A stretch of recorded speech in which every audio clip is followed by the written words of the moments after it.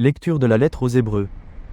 Frères, la foi est une façon de posséder ce que l'on espère, un moyen de connaître des réalités qu'on ne voit pas.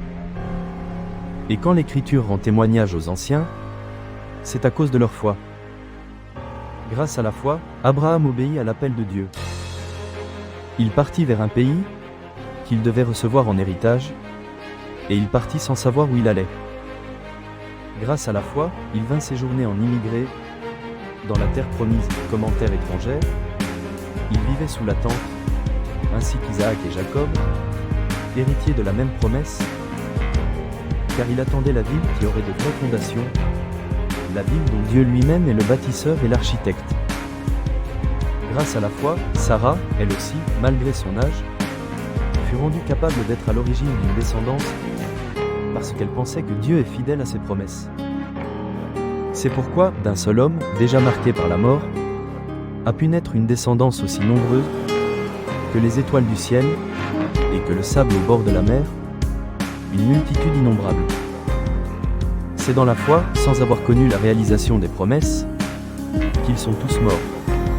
Mais ils l'avaient vu et salué de loin, affirmant que, sur la terre, ils étaient des étrangers et des voyageurs. Or, parler ainsi, c'est montrer clairement qu'on est à la recherche d'une patrie. S'il avait songé à celle qu'ils avaient quittée, ils auraient eu la possibilité d'y revenir. En fait, ils aspiraient à une patrie meilleure, celle des cieux. Aussi Dieu n'a pas honte d'être appelé leur Dieu, puisqu'il leur a préparé une ville. Grâce à la foi, quand il fut soumis à l'épreuve, Abraham offrit Isaac en sacrifice. Et il offrait le Fils unique, alors qu'il avait reçu les promesses et entendu cette parole. C'est par Isaac qu'une descendance portera ton nom. Il pensait en effet que Dieu est capable même de ressusciter les morts. C'est pourquoi son fils lui fut rendu. Il y a là une préfiguration. Parole du Seigneur. Nous rendons grâce à Dieu.